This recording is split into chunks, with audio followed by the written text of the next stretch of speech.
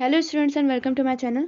आज की इस वीडियो में हम लोग देखेंगे फिशरी पार्ट 2 का second lesson economics in one shot lecture. ठीक है, सबसे पहले हम लोग इसकी डेफिनेशन देखेंगे और ये लेसन थोड़ा लेंदी है इसलिए वीडियो को एंड तक देखना। ठीक है, तो सबसे पहले इसकी जो डेफिनेशन है जो कि रॉबिन नाम के इंसान ने दी थी इकोनॉमिक्स के बारे में, वो क्या कहती है? The science which study the human behaviour as a relationship between ends and scarce means which have the alternative uses. देखो, ऐसा साइंस जो कि स्टडी करता है ह्यूमन बिहेवियर को किसके रिलेशनशिप में? Ends and square. एंड्स, ये वाला एंड्स होना चाहिए था। Ends and square. एंड्स यानी कि हमारी ज़रूरतें, नीड्स, एंड स्केयर्स यानी कि जो लिमिटेड रिसोर्सेज है हमारे लिए अवेलेबल इस वर्ल्ड में, तो उसको क्या कहते हैं? स्केयर्स कहते हैं। ठीक है, एंड्स एंड स्केयर्स को स्टडी करना किसके रिलेशनशिप में? हमारे ह्यूमन बिहेवियर के। इसको हम क्या कहते हैं? इकोनॉमिक्स कहते हैं। ठीक है, उसके बाद है characteristics of the man's economics. Man economics के कैरेक्टरिस्टिक्स क्या है? सबसे पहला कैरेक्टरिस्टिक है मल्टीप्लिसिटी ऑफ वांट। जो इंसान की ज़रूरतें हैं वो कभी ख़त्म नहीं होती। किसी के पास साइकिल है तो वो सोचेंगे उसको बाइक चाहिए, किसी के पास बाइक है तो वो सोचेंगे उसको कार चाहिए, या फिर किसी के पास कार है तो वो सोचेंगे उससे भी अच्छी कार चाहिए। जो जो ह्यूमन की जो हमारी ज़रूरतें हैं वो कभी ख़त्म नहीं होती। हमारे जो वांट्स है वो कभी पूरे नहीं होते। इसे कहते हैं मल्टीप्लिसिटी ऑफ वांट्स। ठीक है, उसके बाद है हमारा wants can be arrange in order of their importance. Wants जो है हमारी जो ज़रूरत है वो एक इम्पॉर्टेंट अपनी प्रायोरिटी के हिसाब से हम अरेंज कर सकते हैं। जैसे सबसे पहली प्रायोरिटी होती है इंसान की food, then cloth, then house. ठीक है, तो ये तीनों जो प्रायोरिटी होती है, हमारे जो काम है, हमारी जो ज़रूरत है, उन सबको हम एक अपने इंपॉर्टेंस के हिसाब से अरेंज कर सकते हैं। ठीक है, उसके बाद है स्कैरसिटी ऑफ मीन्स। स्कैरसिटी मतलब किसी भी चीज़ का शॉर्टेज होना, किसी भी चीज़ का कम होना। और मीन्स यानी कि जो कोई भी गुड, कोई भी चीज़, कोई मटेरियल, कोई या फिर कोई भी रिसोर्स जो ह्यूमन वांट्स को सेटिस्फाई करती है उसके क्या कहते हैं हम लोग? मीन्स कहते हैं। ठीक है, तो जो हमारी ज़रूरत है क्या वो पूरी हो पा रही है कुछ लिमिटेड रिसोर्सेज से? क्या सबकी जो ज़रूरत है वो रिसोर्सेज पूरी कर पा रही है? तो स्कैरसिटी ऑफ द वांट्स यानी कि जो हमारी ज़रूरतें हैं वो हमारे वांट्स के हिसाब से पूरी हो पा रही है कि नहीं। ठीक है, उसके बाद क्या है? Means have alternative uses. Means यानी कि जो भी चीज़ें हैं, जो भी मटेरियल है, उसके अलग अलग यूजेस होते हैं। जैसे कोई लैंड है, वो लैंड अगर मैं अपना जो वहाँ पे अपना घर बना रही हूँ, या फिर वही लैंड पे कोई फैक्ट्री बना रहा है, तो मतलब लैंड तो सेम ही है पर उसके यूजेस अलग अलग हो रहे हैं। कोई घर बना रहा है वहाँ पे, कोई फैक्ट्री बना रहा है, कोई कुछ और बनाएगा, है ना? तो मीन्स के अल्टरनेटिव यूजेस होते रहते हैं। ठीक है, अपने अपने काम के हिसाब से। ठीक है, उसके बाद है फिशरी इकोनॉमिक्स। फिशरी इकोनॉमिक्स किसे कहते हैं? The application of principle of economics in the fisheries is called fishery economics. जो हमारा इकोनॉमिक सब्जेक्ट है, जो हमारा इकोनॉमिक का जो टॉपिक है, उसके प्रिंसिपल्स को फिशरीज में अप्लाई करना, उसको हम लोग क्या कहते हैं? फिशरी इकोनॉमिक्स कहते हैं। ठीक है, उसके बाद क्या है? It can be defined as how people choose the scarce fisheries resources like inland water boat presentation unit to produce a fish and distribute it in a various members of the society for the consumption. देखो, fishery economics क्या क्या क्या होता है कि किस तरीके से जो फिशरमैन है वो फिश को ग्रो कर रहा है, किस तरीके से वो फार्म्स बना रहा है, किस तरीके से प्रोडक्शन ले रहा है फिशेस का, एंड वो जो फिशेस का जो प्रोडक्शन लिया हुआ है उसको किस तरीके से डिस्ट्रीब्यूट कर रहा है कंज्यूमर्स को। जैसे हम जो कंज्यूमर्स है वो हम हमारे पास फिशेस कैसे पहुंच पा रही है, तो वो उसको पूरी फिश को ग्रो करना, उसको मार्केट तक लेके जाना, उसको फाइनल कंज्यूमर तक पहुंचाना, उससे क्या कहते हैं? वो पूरी प्रोसेस जो कहलाई जाती है वो होती है फिशरी इकोनॉमिक्स की। ठीक है, उसके बाद क्या? The whole fishery industry can be divided into the 3 section. जो पूरी फिशरी की इंडस्ट्री है वो सिर्फ 3 सेक्शन में डिवाइडेड है। सबसे पहला है फिशरी सेक्टर, प्रोसेसिंग सेक्टर और मार्केटिंग सेक्टर। फिशरी सेक्टर में क्या होता है? जो प्रोडक्शन होता है फिशेस का, तो वो फिशरी सेक्टर में लिया जाता है। मतलब जो प्रोडक्शन प्रोसेस है, जो हमने जो फिशरी पार्ट 1 है उसके लेसन नंबर 3 में हम लोगों ने देखा है कि किस तरीके से फार्म्स बिल्ड किए जाते हैं फिश के प्रोडक्शन लेने के लिए, किस तरीके से फिशरमैन जो है पूरी मेहनत करता है फिश को ग्रो करने के लिए, है ना? तो वो जो पूरा प्रोसेस है ग्रोइंग का फिश के, वो काय में आता है? फिशरी सेक्टर में आता है। ठीक है, एंड प्रोसेसिंग सेक्टर में क्या आता है? फिश को अब एक बार प्रोडक्शन लेने के बाद उसको स्टोर करके रखना, उसको ट्रांसपोर्ट करना मार्केट प्लेस तक, वो कौन से वो जो इतना पूरा हमारा प्रोसेस है वो आता है हमारे प्रोसेसिंग सेक्टर के अंदर। ठीक है, एंड मार्केटिंग सेक्टर, अभी फिशरमैन जो है वो किस तरीके से अपनी फिश को सेल कर रहा है मार्केट के अंदर। क्या वो मिडल मैन के पास दे रहा है, क्या कोऑपरेटिव सोसाइटी के पास दे रहा है, या फिर वो किस तरीके से जो हमारी फिश का प्रोडक्शन लिया हुआ है उसको किस तरीके से सेल कर रहा है, वो सब जो है वो हमारे मार्केटिंग सेक्टर में आता है। ठीक है, तो यही होता है हमारा फिशरी इकोनॉमिक्स। पूरी जो प्रोसेस है फिश को प्रोडक्शन से लेकर उसको पूरी मार्केट तक सेल करने की, वो फिशरी इकोनॉमिक्स में आती है। ठीक है, उसके बाद है टर्म्स इन इकोनॉमिक्स। अभी हम जब इकोनॉमिक्स की बात कर रहे हैं, इकोनॉमिक्स के सब्जेक्ट को पढ़ रहे हैं, तो हमें समझना चाहिए कि कौन कौन से टर्म्स क्या कहते हैं इकोनॉमिक्स के अंदर, ठीक है। जैसे गुड्स, गुड्स क्या होती है, anything that satisfy the human wants, मतलब इंसान की जो ज़रूरतें हैं उनको जो भी चीज़ें पूरी कर रही है उसको, कोई भी रिसोर्स हो गया, कोई भी सर्विस हो गई, कोई मटेरियल हो गया, तो इन सबको हम लोग क्या कहेंगे, गुड्स कहेंगे, ठीक है। उसके बाद गुड्स का कौन कौन से टाइप के होते हैं, फ्री गुड्स होता है। फ्री गुड्स यानी कि जो एयर है, जो वाटर है, जो चीज़ें हमें नेचर से मिल रही है, जिसके लिए हमें कोई मार्केट वैल्यू पे नहीं करनी पड़ती, उसको हम लोग क्या कहते हैं, फ्री गुड्स कहते हैं। क्योंकि इसकी एयर की, वाटर की वैल्यू तो है, बहुत ज़्यादा वैल्यू है हमारे लाइफ में, ठीक है, बट क्या हम इसके लिए कोई मार्केट वैल्यू पे कर रहे हैं उसके लिए, नहीं, है ना। तो इसलिए ये जो है ये फ्री गुड्स है, okay. And economics good, economics good यानी जिनके लिए हमें कोई ना कोई मार्केट वैल्यू पे करनी होती है, और वो किस में पे करते हैं हम लोग, मनी में, यानी पैसों में हमें उसकी वैल्यू पे करनी पड़ती है, उसे कहते हैं हम लोग इकोनॉमिक्स गुड, ठीक है। उसके बाद है perishable good and durable good. Perishable goods यानी कि देखो, कोई भी चीज़ जो जिसकी एक्सपायरी डेट है या फिर जो जल्दी से जल्दी ख़राब हो जाती है, जैसे हमारे डेयरी प्रोडक्ट हो गए, फ़िश हो गई, तो इनको हम 2 दिन से ज़्यादा नहीं रख सकते, है ना। फ़िश को हम लोग कितना भी प्रिजर्व कर ले कोल्ड स्टोरेज के अंदर, वो उसको हम 2 दिन से ज़्यादा प्रिजर्व नहीं कर सकते, ठीक है। एंड ड्यूरेबल गुड यानी कि जो बहुत लंबे चलते हैं, जैसे कि 2 मंथ्स की किसी की एक्सपायरी डेट होती है, फिर किसी की 3 मंथ्स की होती है, मतलब जो बहुत देर तक चलते रहते हैं गुड्स, वो कहते हैं ड्यूरेबल गुड्स, जिनको हम लोग प्रिजर्व करके रख सकते हैं कुछ महीनों के लिए, ठीक है। एंड पेरिशेबल गुड्स यानी कि जो जल्द से जल्द खराब हो जाने वाले गुड्स होते हैं, ठीक है। उसके बाद है consumer and producers good. Consumer good यानी कि ऐसा सामान जो डायरेक्टली हम लोग कंज्यूम कर रहे हैं, जैसे मार्केट में कोई एप्पल है, तो एप्पल मैंने खरीद के लाया घर पे और खा लिया, ये क्या है, ये कंज्यूमर गुड है, ठीक है। एंड प्रोड्यूसर गुड यानी कि कोई भी ऐसा रॉ मटेरियल, जैसे मुझे एक चेयर चाहिए तो मैं क्या करूँगी, मार्केट जाऊँगी और चेयर खरीद लूँगी, पर उस चेयर को बनाने के लिए जो रॉ मटेरियल चाहिए था, तो वो क्या हुआ, वो रॉ मटेरियल उसके लिए प्रोड्यूसर्स गुड हो गया, ठीक है। और जो चेयर है वो क्या होगी, कंज्यूमर गुड होगी, ठीक है। समझ में आप लोगों को। अब बात करते हैं हम लोग वेल्थ की।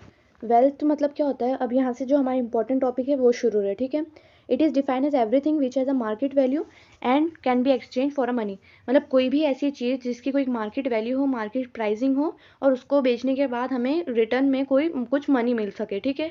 ऐसी चीज़ जो है, ऐसा प्रोडक्ट जो है वो वेल्थ जनरेट कर सकता है। अभी कैरेक्टरिस्टिक्स क्या होते हैं वेल्थ के, यूटिलिटी। यूटिलिटी मतलब anything which satisfy the human want, और जो हमारी ज़रूरतों को पूरी कर सकती है, और हम उस चीज़ को पूरी तरीके से यूटिलाइज़ कर सकते हैं, पूरी तरीके से हमें सेटिस्फाई कर रहा है अगर कोई प्रोडक्ट, तो वो उसकी यूटिलिटी होंगी, और यूटिलिटी होंगी तो उससे वेल्थ जनरेट होंगी, ठीक है। स्कैरसिटी मतलब कोई भी चीज़ है, जैसे उसकी अगर मार्केट डिमांड जो है वो बहुत ज़्यादा है, तो उसकी जो प्राइसिंग है वो गिरे, उसकी भी प्राइसिंग जो है उतनी ज़्यादा होंगी, है ना। और जैसे हमारी जो एयर है, वाटर है, तो क्या ये स्केयर स्केयर है, नहीं, क्योंकि इनका कोई मार्केट वैल्यू नहीं है ना। जिस चीज़ का मार्केट वैल्यू होगा, जिस चीज़ के एक्सचेंज में हमें कुछ पैसे मिल रहे होंगे, उसे क्या कहते हैं, हम उस चीज़ की स्कैरसिटी कहते हैं, ठीक है। उसके बाद क्या है, ट्रांसफरेबिलिटी। ट्रांसफरेबिलिटी यानी कि जैसे आपने बहुत सारी फिशेज़ का यहाँ पे प्रोडक्शन लिया, बट अगर आपने उसको मार्केट में जाकर बेचा ही नहीं, तो क्या वो वेल्थ जनरेट कर पाएंगे उतनी सारी फिशेज़, नहीं, क्योंकि जब कोई प्रोडक्शन सेंटर पे तो आके लेगा नहीं ना उस फिशेज़ को, आपको जाना पड़ेगा, मार्केटिंग करनी पड़ेगी, तब जाके उस फिशेज़ से वेल्थ जनरेट होंगी। एंड लास्ट है एक्सटर्नल सिटी। एक्सटर्नल सिटी मतलब देखो, एक्सटर्नलिटी मतलब क्या होता है कि जो हमारी सिंगर है, तो सिंगर की अगर वॉइस बहुत अच्छी है, तो क्या वो अपना गला बेच सकता है, नहीं ना, क्योंकि जो चीज़ें हम वही बेच सकते हैं जो हमसे फिजिकली एक्सटर्नल हो, राइट। ऐसे ही प्रोडक्ट को हम बेच सकते हैं, और ऐसे ही प्रोडक्ट से हम लोग जो है वो वेल्थ जनरेट कर सकते हैं, ठीक है। उसके बाद क्या है, वैल्यू। अभी वैल्यू के बारे में आपको बहुत सारा लिख कर दिया हुआ है बुक के अंदर, आप चाहे तो उसको पढ़ भी सकते हैं, बट सिंपली वैल्यू का मतलब क्या होता है कि किसी भी कम्युनिटी का मार्केट में कोई वैल्यू होना, जैसे हमारी एयर है, वाटर है, तो इन सब की भी तो कोई वैल्यू है ना। और जो इकोनॉमिक्स है, इकोनॉमिक्स गुड है, तो उनकी वैल्यू होना मतलब जैसे उनके मार्केट में कोई एक्सचेंज होने, अगर हम उससे मार्केट में किसी कम्योडिटी को बेच रहे हैं, तो उसके एक्सचेंज में हमें कुछ प्राइस मिल रही है, उसके एक्सचेंज में हमें कुछ मनी मिल रही है, तो उसको हम लोग क्या डिफाइन करेंगे कि इसकी मार्केट में एक वैल्यू है, ठीक है। उसके बाद है प्राइस। अभी प्राइस किसे कहते हैं, price means amount of money which must be exchange for a 1 unit of the commodity. Price मतलब किसी भी एक कम्योडिटी, किसी भी एक प्रोडक्ट को बेचने के बाद जो हमें जितने पैसे मिल रहे हैं, जितना अमाउंट ऑफ मनी हमें मिल रहा है, वो उस चीज़ की वैल्यू है, वो उस चीज़ की प्राइस है, ठीक है। किसी भी चीज़ की वैल्यू हम लोग किस चीज़ में डिटरमाइन करते हैं, उसकी प्राइस में, है ना। किसी भी कम्योडिटी को जब हम बेचने जाते हैं तो हम बोलते हैं ना, ये 100 रुपीज़ का है, ये 200 रुपीज़ का है, तो हम किसी भी चीज़ की वैल्यू जो है उसकी प्राइस से डिटरमाइन कर रहे हैं, किसी भी मनी से डिटरमाइन कर रहे हैं, ठीक है, कोई भी करेंसी से। उसके बाद क्या है, in other words price is the value of the commodity and determine. हाँ देखो, अभी हम लोगों ने यही कहा ना कि जो प्राइस क्या है, किसी भी कम्योडिटी की वैल्यू है जो एक्सचेंज करने पे हमें मिल रही है, ठीक है। The price of the community is depend upon the two factor. जो प्राइस होती है किसी भी प्रोडक्ट की वो सिर्फ दो फैक्टर के ऊपर डिपेंड करती है।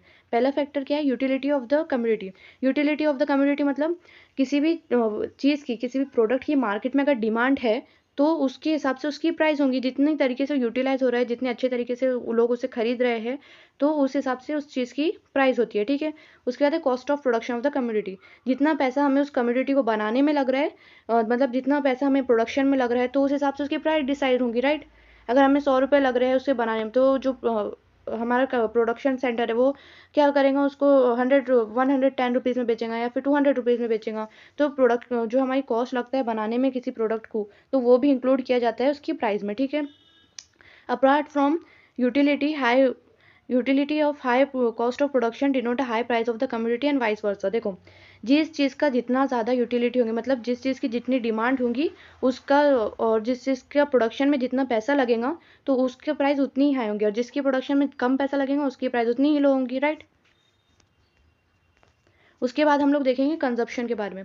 कंजप्शन किसे कहते हैं? Consumption means the use of the economic good and personal services in the satisfaction of the human wants. Consumption मतलब हम कोई भी चीज़ कंजप्ट कर रहे हैं, इसका मतलब ये होता है कि कोई भी इकोनॉमिक गुड या फिर कोई भी पर्सनल सर्विस जो हम यूज़ कर रहे हैं अपनी वांट्स को सेटिस्फाई करने के लिए, उसे क्या कहते हैं हम लोग? कंजप्शन कहते हैं, ठीक है। Thus consumption is the aim of the production. Production देखो, अगर किसी चीज़ की मार्केट में डिमांड नहीं होगी, अगर कोई मार्केट है वहाँ पे कोई प्रोडक्ट है जो हम लोग कंज्यूम कर रहे हैं, जो हम उसकी डिमांड है अगर, तो वही तो प्रोडक्शन सेंटर बनाएगा, फिर फैक्ट्री में वही प्रोडक्ट बनता है जो जिस चीज़ की मार्केट में डिमांड होती है, ठीक है। There are 3 type of goods and services which satisfy the human wants. 3 type के गुड्स और सर्विसेज होते हैं, या फिर 3 टाइप के जो लेवल्स होते हैं उस पर डिपेंड करता है हमारी ह्यूमन की वांट्स, ठीक है। कंजप्शन सबसे पहले होती है नेसेसरी।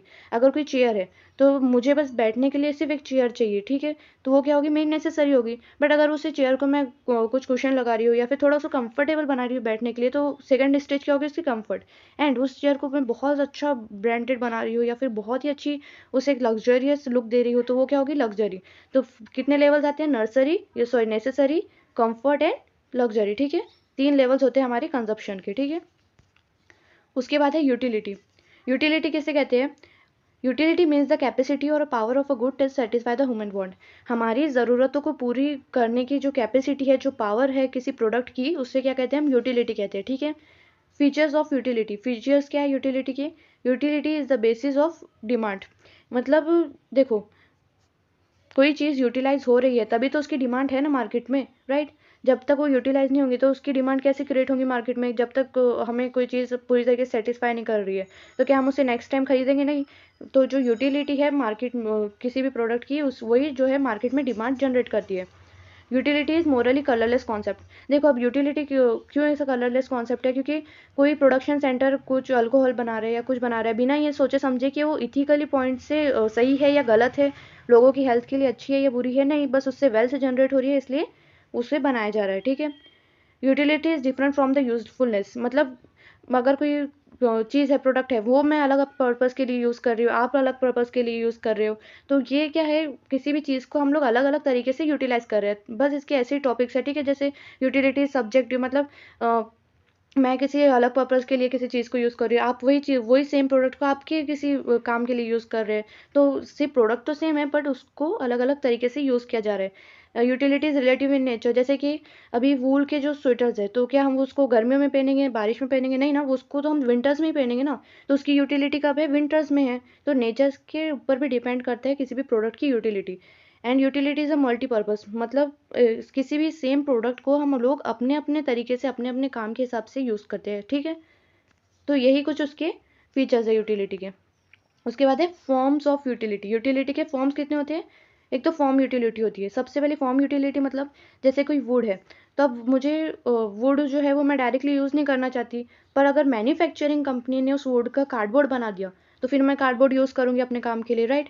तो जब मैन्युफैक्चरिंग के टाइम पे किसी भी रॉ मटेरियल को, किसी प्रोडक्ट को लोगों के लिए यूटिलाइज करने के लिए बनाना, उसे क्या कहते हैं हम लोग? फॉर्म यूटिलिटी कहते हैं, ठीक है। प्लेस यूटिलिटी प्लेस यूटिलिटी मतलब जैसे एक वाटर बॉटल है, तो अगर मैं उसको ऐसी जगह पे बेच रही हूँ जहाँ पे पहले से ही बहुत ज़्यादा पानी अवेलेबल है, तो क्या वो वहाँ पे इतने अच्छे सेल हो पाएंगी? नहीं। बट अगर वही वाटर बॉटल मैं डेजर्ट के एरिया में बेच रही हूँ, तो फिर वहाँ पे उसकी एक अच्छी मार्केट वैल्यू मुझे मिलेंगी, राइट। तो प्लेस भी डिपेंड करती है किसी भी प्रोडक्ट की प्राइस के ऊपर, किसी प्रोडक्ट की यूटिलिटी के ऊपर, है ना। उसके बाद क्या है, टाइम यूटिलिटी। अभी टाइम यूटिलिटी देखो, कोई भी चीज़ अगर एक प्रोडक्ट है, जैसे मैंने कोई फ़िश परचेज़ की, तो किसी प्रोडक्ट की जो फ़िश की जो एक्सपायरी डेट है वो 2 डेज़ है, एंड दूसरी फ़िश की एक्सपायरी डेट है वो 4 डेज़ की है, तो मैं क्या करूँगी, जिसकी एक्सपायरी डेट 4 डेज़ की है वो मैं खरीदूँगी, क्योंकि मैं उसको ज़्यादा दिन तक स्टोर कर पाऊँगी ना, है ना।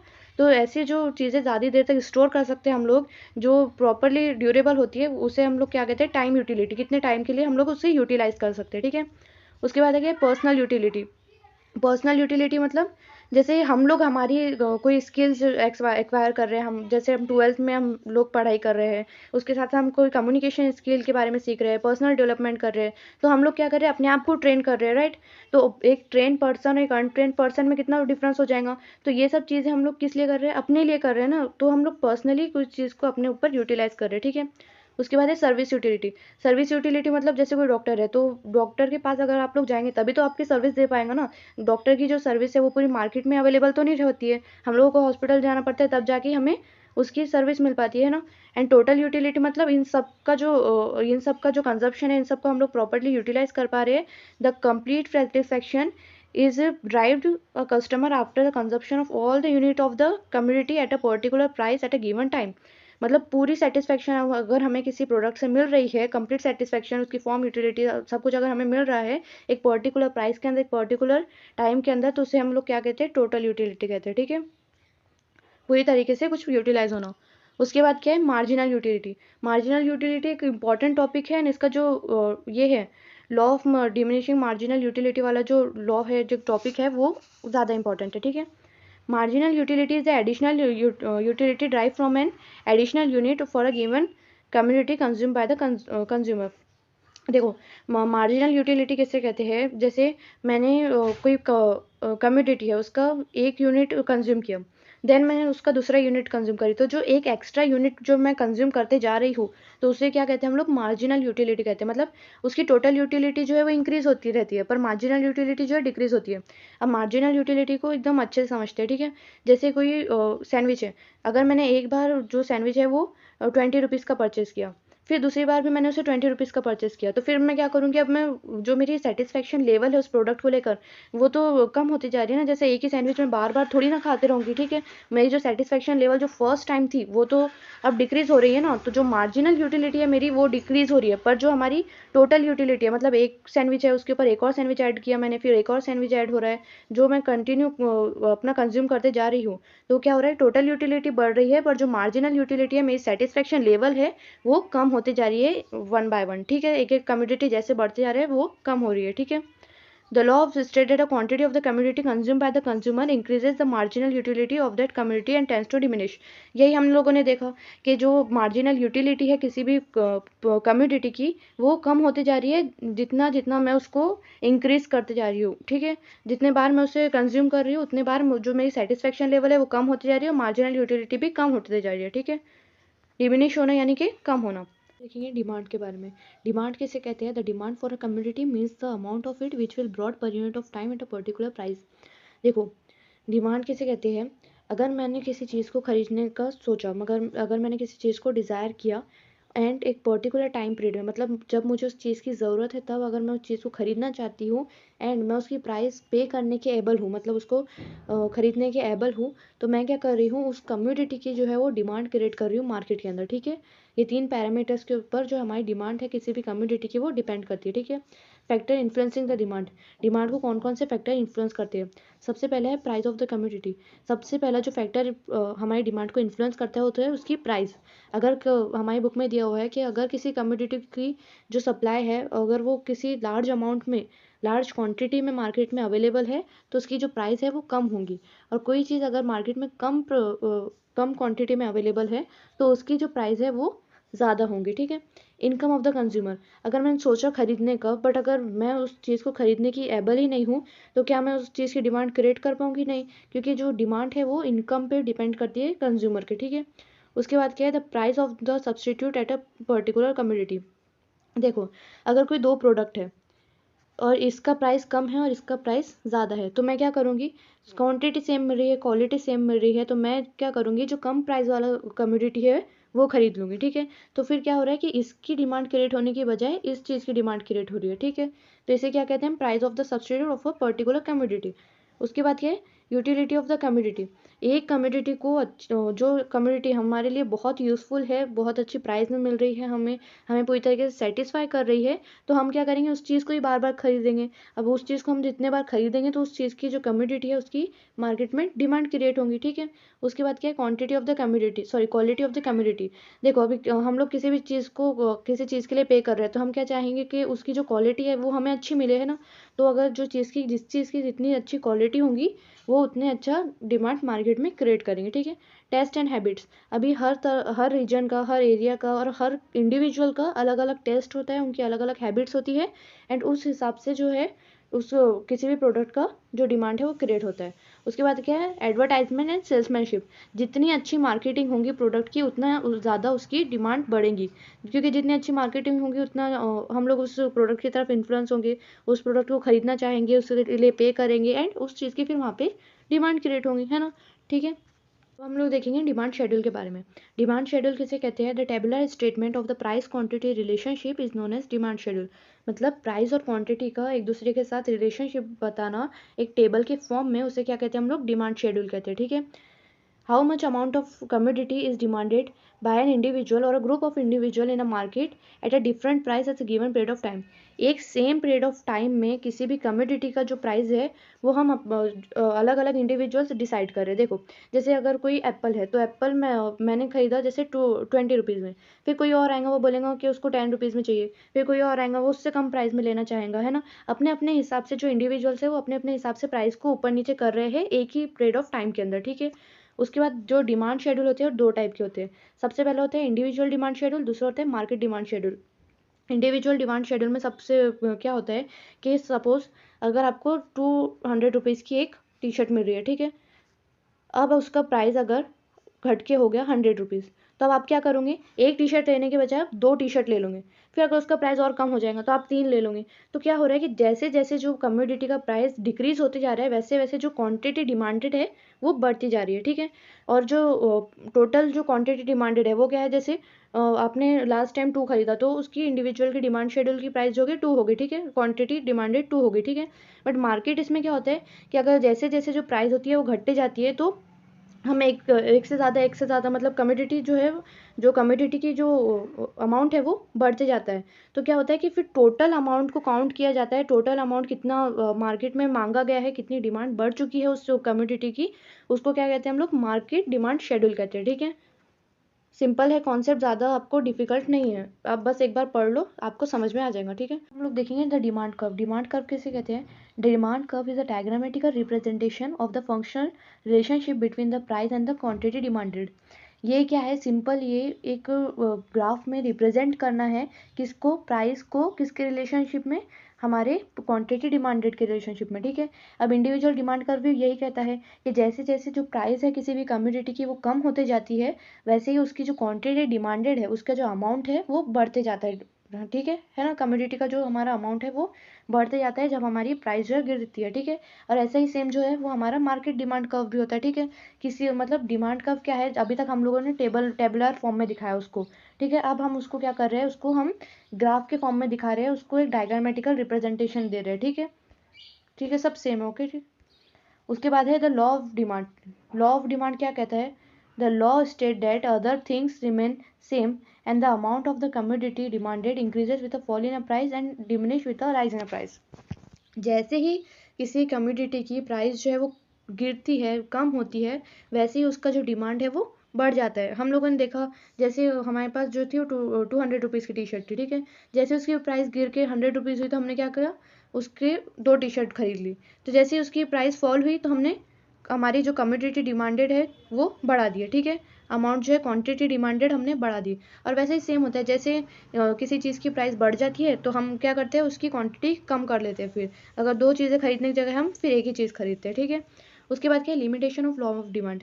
लॉ ऑफ डिमांड की लिमिटेशंस क्या क्या है। Effect of expectation. Effect of expectation मतलब जैसे किसी चीज़ की प्राइस कम होती है तो लोग क्या सोचते हैं कि उसकी प्राइस अब और कम होना या फिर और नीचे जाएंगी प्राइस। जैसे गोल्ड की प्राइस अगर बहुत ज़्यादा है, फिर लोग क्या सोचेंगे कि उसकी प्राइस थोड़ी कम हुई, फिर और एक्सपेक्टेड करेंगे कि उसकी प्राइस और कम होगी, तब जाके उस चीज़ को वो खरीदेंगे। ठीक है।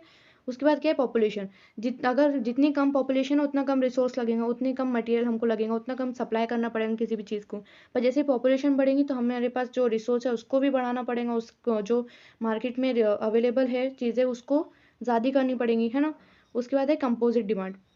कंपोजिट डिमांड सिंपली किसे कहते हैं, जैसे आपने एक बाइक परचेस की तो अब आपको बाइक के साथ साथ क्या करना पड़ रहा है कि उसको बाइक में मंथली या फिर जब भी आपको ज़रूरत है उसमें पेट्रोल भी डालना पड़ रहा है। तो क्या आपने पेट्रोल पहले से खरीदा नहीं ना, आपको बाइक खरीदी इसलिए आपको बार बार पेट्रोल भी खरीदना पड़ रहा है। तो इसको क्या कहते हैं हम लोग, कंपोजिट डिमांड। मतलब किसी चीज़ को अगर हमने खरीदा तो उसके बाद हमको उसके जो एक्सपेंसेस है उसके लिए भी पे करना पड़ता है। ठीक है।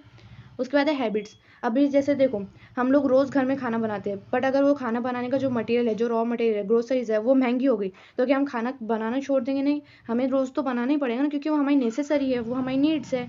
वो इसलिए अगर उसकी प्राइस ज़्यादा भी होती है तो भी हम उस चीज़ को खरीदेंगे, क्योंकि वो हमारी हैबिट है और हमारी नेसेसरी है। ठीक है।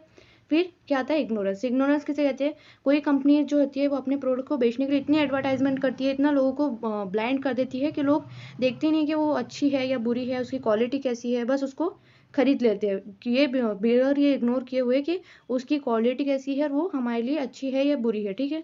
उसकी प्राइस वाइज ना देखते हुए हम लोग उसे सिर्फ एडवर्टाइजमेंट के बेसिस पे खरीद लेते हैं। ठीक है। उसके बाद क्या है, elasticity of demand. Elasticity of demand किसे कहते हैं, the responsiveness of the demand of the community to change in the price is called as elasticity of demand.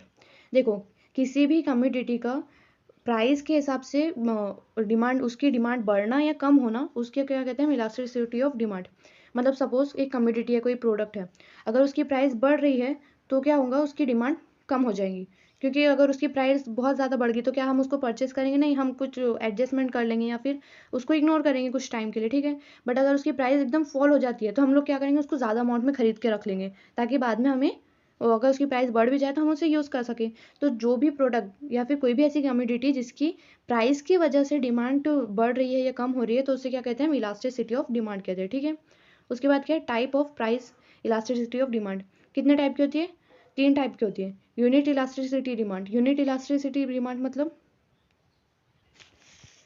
मतलब अगर किसी कम्युनिटी की प्राइस 10% से गिरी है तो उसकी डिमांड सिर्फ 10% से बढ़ेगी, है ना। मतलब अगर जितनी अमाउंट ऑफ प्राइस उसकी कम हुई है उतनी अमाउंट ऑफ प्राइस उसकी उतनी अमाउंट ऑफ डिमांड उसकी बढ़ी है। मतलब जो जितनी प्राइस गिरी है, अगर सिर्फ 10% गिरी है तो उसका जो हमारा डिमांड है वो भी सिर्फ 10% से बढ़ी है, तो इसको क्या कहेंगे हम, यूनिट इलास्टिक डिमांड। मतलब दोनों सेम रहेंगे। ठीक है। रिलेटिव और फेयरली इन इलास्टिक डिमांड। देखो, इसको क्या कहते हैं, जैसे अगर हमारी जो प्राइस है वो 10% से जो कम हुई है, ठीक है, बट उसकी जो हमारी जो डिमांड है वो सिर्फ 5% ही बढ़ी है, तो इसको क्या कहते हैं, इन इलास्टिक डिमांड कहेंगे। कि मतलब हमारी प्राइस तो ज़्यादा फॉल हुई है पर हमारी जो डिमांड है वो थोड़ी बढ़ी है, ज़्यादा नहीं बढ़ी है और सेम भी नहीं बढ़ी है। ठीक है। उसके बाद क्या कहते हैं, रिलेटिव और फेयरली इलास्टिक डिमांड। मतलब अगर हमारी जो प्राइस है किसी कम्युनिटी की वो सिर्फ 10% से कम हुई है एंड उसकी जो डिमांड है वो उससे भी ज़्यादा बढ़ गई है, जैसे 10% अगर उस चीज़ की प्राइस कम हुई है तो 20% उसकी डिमांड बढ़ गई है, तो इसको क्या कहते हैं हम, रिलेटिव फेयरली इलास्टिक डिमांड कहते हैं। ठीक है। आपको समझ में आया ये कॉन्सेप्ट? अगर आपको कुछ समझ में ना आए तो फिर आप कमेंट बॉक्स में लिखना मुझे। ठीक है। उसके बाद क्या है, factor influencing elastic demand, sorry elastic demand. ठीक है। कौन कौन से फैक्टर इन्फ्लुएंस करते हैं इलास्टिक डिमांड को, nature of the community. Nature of community मतलब जैसे कुछ चीज़ें हैं जो हमारी कंफर्ट में आती है, कुछ नेसेसरीज में आती है और कुछ लग्जरीज में आती है, तो हम लोग को देखना पड़ता है कि उस कम्युनिटी का नेचर क्या है। अगर वो नेसेसरी है तो वो हम फिर उसकी प्राइस ज़्यादा हो या कम हो हम खरीदेंगे, बट अगर वो लग्जरियस है या फिर कंफर्ट है तो उसको हम क्या करेंगे, उसकी प्राइस फॉल होने का वेट करेंगे। ठीक है। और उसके बाद ही हम उस चीज़ को खरीदेंगे, है ना। ऐसे इसे कहते हैं हम लोग नेचर ऑफ द कम्युनिटी। और ऐसे इसके कुछ पॉइंट्स दिए हुए आपको और बहुत सिंपल है, आप लोग एक बार पढ़ लेंगे तो भी आपको अच्छे समझ में आ जाएंगे। ठीक है। और इसकी जो PDF है वो भी मैं आपको टेलीग्राम ग्रुप पे प्रोवाइड कर दूंगी। उसके बाद क्या है, हमारा मेन टॉपिक है सप्लाई के बारे में।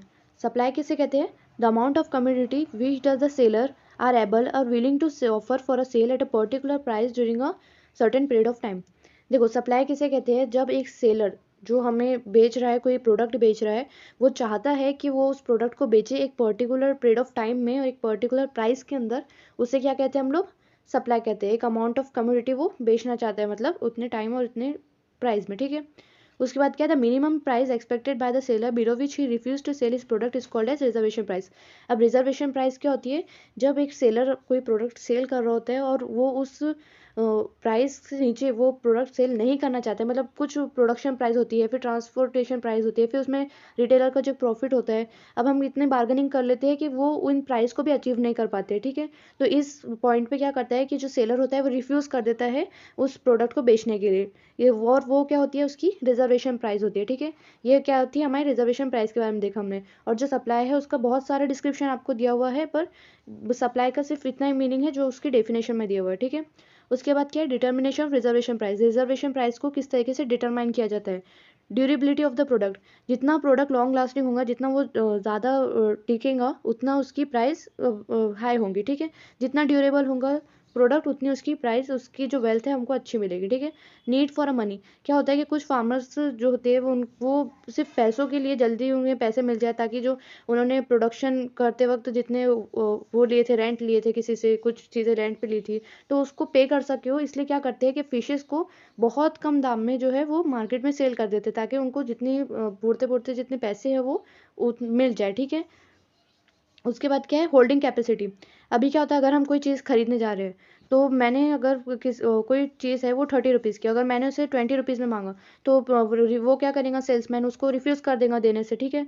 बट क्या होता है कि हमारे जो इंडिया के फार्मर्स होते हैं या फिर फिशरमैन होते हैं, वो क्या करते हैं कि ज़्यादा होल्डिंग कैपेसिटी नहीं रखते। जो रिटेलर, मतलब जो कंज्यूमर कस्टमर जो जितने प्राइस में मांग रहा है, उसको फिर उतनी प्राइस में दे देते हैं, भले चाहे फिर उनका लॉस हो जाए।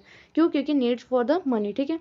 उसके बाद क्या है, वेयर हाउस और कॉस्ट फैसिलिटी। देखो, जिसने जितनी अच्छी तरीके से फ़िश का प्रोडक्शन लिया, जितनी अच्छी क्वालिटी की फ़िश को मेंटेन किया, उसकी प्राइस उतनी ही ज़्यादा होती है, ठीक है। जिसने जितने वेयर हाउस यूज़ किया बराबर से स्टोर करने के लिए, या फिर अदर फैसिलिटी ट्रांसपोर्ट में उसने फ़िशेज़ को जो कुछ नुकसान नहीं होने दिया, तो उसकी फ़िशेज़ कैसी होंगी, कैसी होंगी, अच्छी क्वालिटी की होंगी, राइट। और उसका प्राइस भी क्या होगा, अच्छा होगा फिर, है ना। Expectations regarding to the future price. देखो क्या होता है कि जो फिशरमैन है, तो वो क्या सोचेगा कि अभी हमारे जो फ़िश है उसकी प्राइस अगर 30 रुपीज़ है, तो सोचेगा अगर उसकी प्राइस 40 रुपीज़ हो जाएंगी, तो मैं इसको थोड़ी देर से बेचूंगा।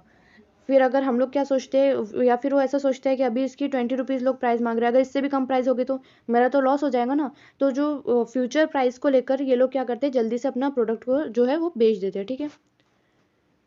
The tabular representation of various quantity of commodity supplied at a various price during a given period of time। देखो, सप्लाई शेड्यूल क्या कहता है कि एक टेबल के अंदर रिप्रेजेंट करना कि जो कम्युनिटी है, एक प्रोडक्ट है, उसको जो प्रोड्यूसर है वो कितनी क्वांटिटी में बेच रहा है और कितने प्राइस में बेच रहा है ना।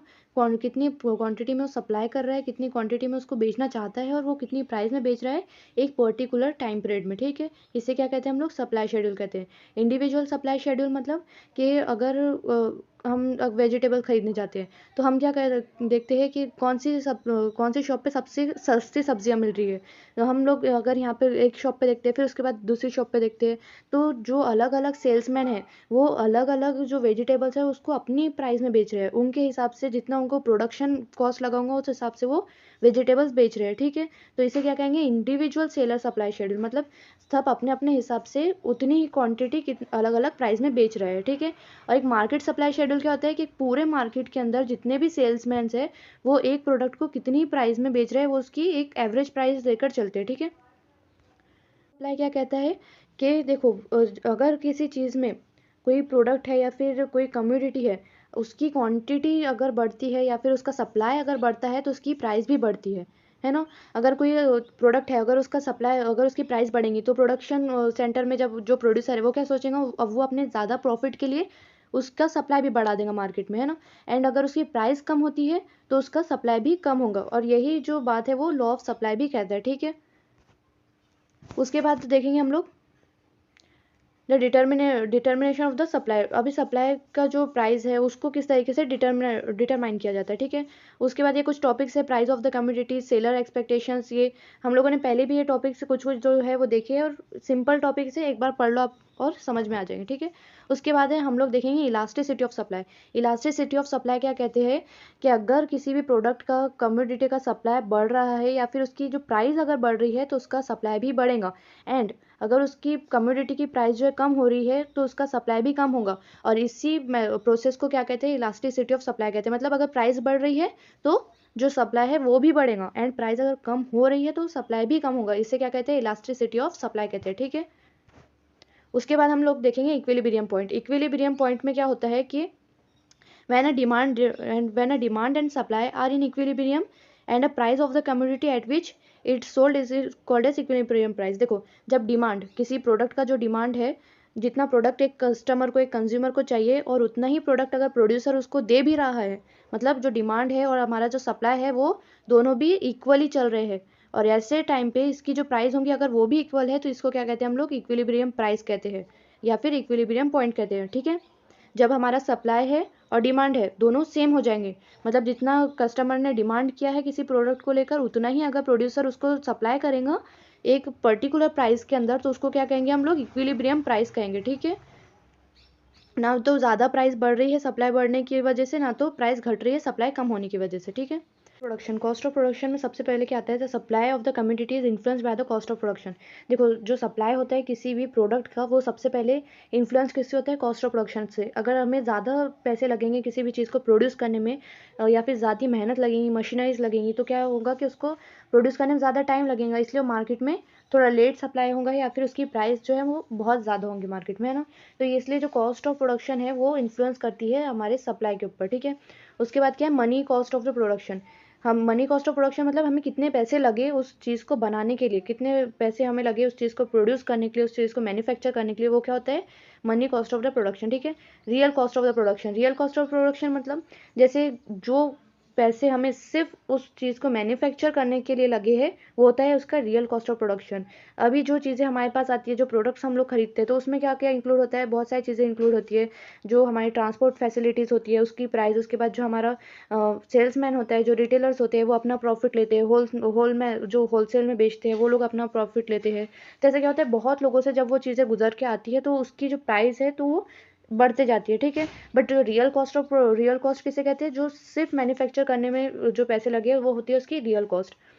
Transfer and alternative cost, transfer alternative cost क्या होता है, देखो एक फार्मर होता है तो वो क्या करता है, पहले वो अगर वीट ग्रो कर रहा है तो फिर वो वीट का प्रोडक्शन लेने के बाद जो उसके पास पैसे आते हैं फिर उससे वही वो ग्रेप्स भी ग्रो कर रहा है, तो क्या होगा कि उसने जो पहले के प्रोडक्शन के जो पैसे आए थे वो और किसी चीज़ के प्रोडक्शन के पैसे प्रोडक्शन में लगा दिए, तो इससे क्या कहते हैं हम लोग, ट्रांसफ़र और अल्टरनेटिव कॉस्ट, ठीक है। एवरेज कॉस्ट मतलब एक ही यूनिट को बनाने के लिए हमें जितना पैसे लग रहे हैं तो उसे क्या कहते हैं हम लोग, एवरेज कॉस्ट कहते हैं। फिर उसके बाद है मार्जिनल कॉस्ट यानी कि एक एडिशनल यूनिट बनाने के लिए हमें कितने पैसे लग रहे हैं उसे हम कहते हैं मार्जिनल कॉस्ट, यानी कि एक एक्स्ट्रा, जैसे हम लोग एक्स्ट्रा प्रोडक्शन लेकर रखते हैं तो वो एक्स्ट्रा प्रोडक्शन लेने में हमें कितने पैसे लगे उसे हम कहते हैं मार्जिनल कॉस्ट, ठीक है। नेशनल इकोनॉमी के अंदर फिशरी कौन सा रोल या फिर कैसा रोल प्ले कर रहा है वो हम लोग देखेंगे।